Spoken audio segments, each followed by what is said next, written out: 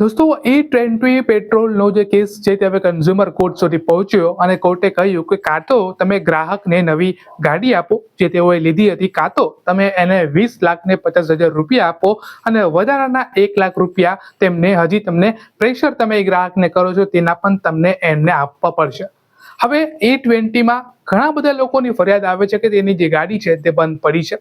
આજે રાયપરના જે ડોક્ટર હતી તેમની પણ ગાડી જે છે બંધ પડી હતી। હજી ગાડી લીધો એનો થોડાક જ સમય થયા હતા, લગભગ 5 કે 6 મહિના જ થયા હતા તેઓએ મારુતિની ગાડી લીધી હતી, પરંતુ તે ગાડી લીધી અને E20 પેટ્રોલના જ્યારથી સમાચાર આવ્યા ત્યારે જ તેમની જે ગાડી છે તેની બંધ પડી। તેમણે અનેક વખત તે ગાડીને રિપેર કરાવી, પરંતુ તે રિપેર થઈ પછી થોડાક જ દિવસમાં હતી તેવી ને તેવી જ થઈ જાય છે। હવે નવી ગાડી જ્યારે E20 પેટ્રોલના કારણે જો ગાડીમાં નુકસાન થતું હોય તો એ ભાઈ ફ્રસ્ટ્રેશનમાં શું કરે, કાં તો તે ગાડીને સળગાવી નાખે, કાં તો તે ગાડીમાં જે છે સમસ્યા તેને લઈ અને તેઓ કન્ઝ્યુમર કોર્ટની અંદર જાય। હવે તેઓ કન્ઝ્યુમર કોર્ટની અંદર ગયા અને બધું જ કેસ થયો અને છેલ્લે નિર્ણય એવો આવ્યો કે મારુતિ સુઝુકીએ આ ગ્રાહકને કાં તો નવી ગાડી આપવી પડશે અને જો તેઓ ગાડી ના આપે તો 20 લાખ અને 50,000 રૂપિયા અને વધારાના 1 લાખ રૂપિયા આપવા પડશે। હવે સરકાર અને જેટલી પણ આ જે ફોર વ્હીલની કંપનીઓ છે તે એવો ક્લેમ તો કરે છે કે આ જે ગાડી છે તેમાં E20 નું જે તમે આ પેટ્રોલ નાખો તેનાથી ને આમાં કાંઈ જ નહીં થાય,